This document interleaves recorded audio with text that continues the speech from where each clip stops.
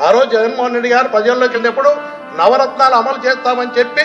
చేసి చూపించినటువంటి నాయకుడు ఇచ్చిన మాట నిలబెట్టుకున్నటువంటి పరిపాలన దుష్పరిపాలన అధ్యక్ష. అదేవిధంగా మీరు ఒక్కసారి చూస్తే నాడు నేడు కింద స్కూల్స్ బ్రహ్మాండంగా డెవలప్ చేసి ఎక్కడ గత దశాబ్దాల తరబడి నిర్లక్ష్యం చేయబడినటువంటి పేదవాళ్ళ పిల్లలు చదువుకునే విద్యా విధానం నిర్లక్ష్యం చేయబడితే ఇంగ్లీష్ మీడియం తీసుకొచ్చి నాడు నేడు కార్యక్రమం మీద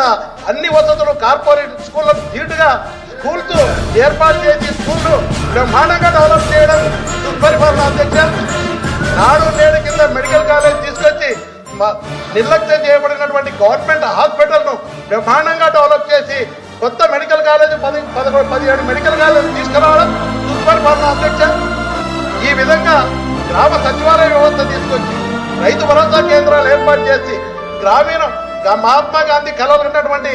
గ్రామ స్వరాజ్యం రావాలని